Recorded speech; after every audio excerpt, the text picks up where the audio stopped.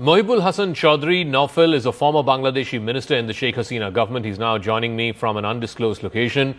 Thank you very much, Mr. Chaudhry, for speaking with us. What is going on in Bangladesh? Because from the pictures that we can see, there seems to be an open war going on between the army chief, General Zaman, the head of the interim government, Professor Mohammad Yunus.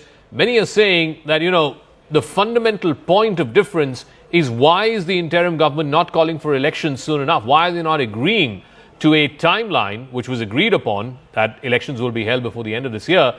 Are things going to get to a point where Professor Yunus will be forced to either hold elections or he will be forced out of office? First of all, we have to understand how Mr. Yunus has come to this position.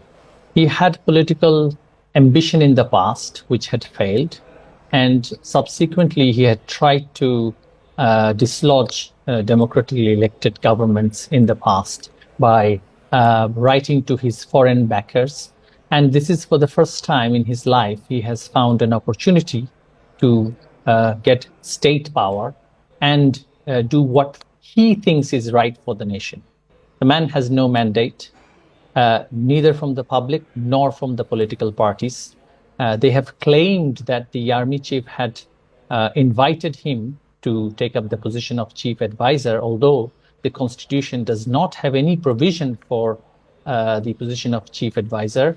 They had claimed that there was some kind of presidential reference to the Supreme Court, which was heard by the full bench of the court, and this was the decision. None of this was eventually shown to the public, although petitions after petitions were filed to the court to show whether there was any judicial instruction or order.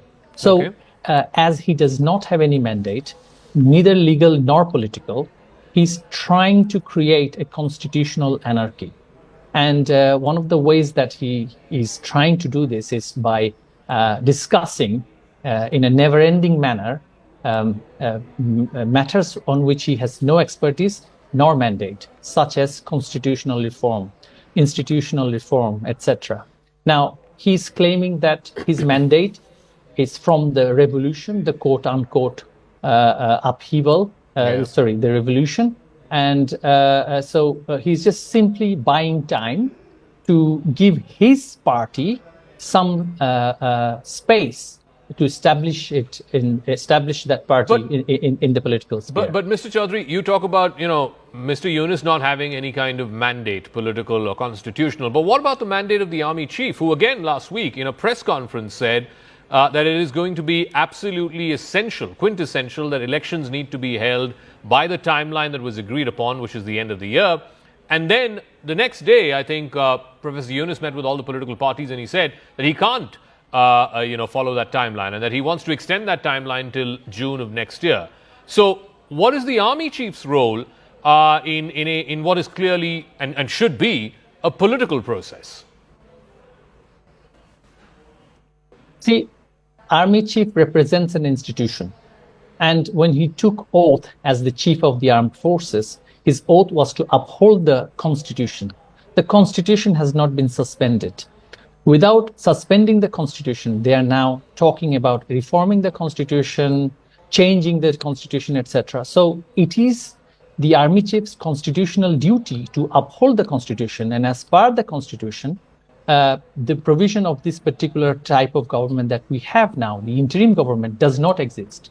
Therefore, it is on the army chief that the country is brought under a political leadership and election be held. So obviously, from his constitutional position, he has spoken about the need for a political government and elections. So it is actually his constitutional duty that he is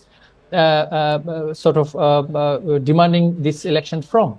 Now, Mr. Yunus has no constitutional obligation. He has no political obligation, and therefore he can just simply say that reform is his first agenda, and he can think about political think about election only after the so-called reforms that he's after. But the curious thing for all our viewers here in India is, why has Mr. Yunus taken such an anti-India position on every issue? I mean, he talked about India's northeastern states being landlocked, that it's almost like rolling out the red carpet for China to come and invest in Bangladesh. There is now again a new controversy that's erupted around the St. Martin Island. It seems like, certainly the view in Delhi seems to be that Mr. Yunus is very, very inimical to India and India's interests. How does that help him politically at all?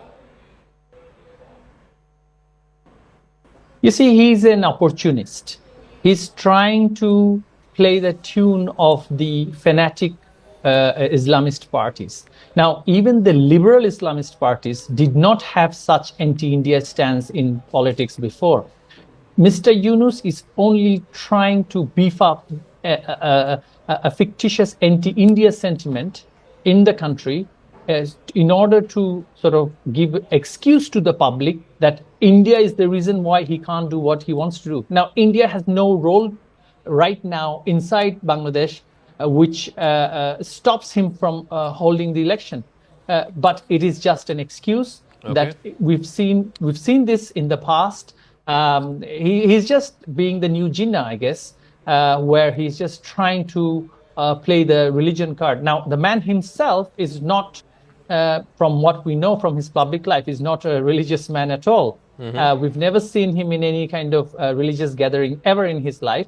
Now, for the first time, he's trying to sort of play that Islam card, the Muslim card. Now he's the savior of the fanatical parties. So, and all the militants who had been released from the prison after the fall of the political government, they all used to sort of be part of staunchly anti-India political fundamentalist parties, some of which were banned. Mr. Mobil Chaudhary, we'll leave it at that. Thank you.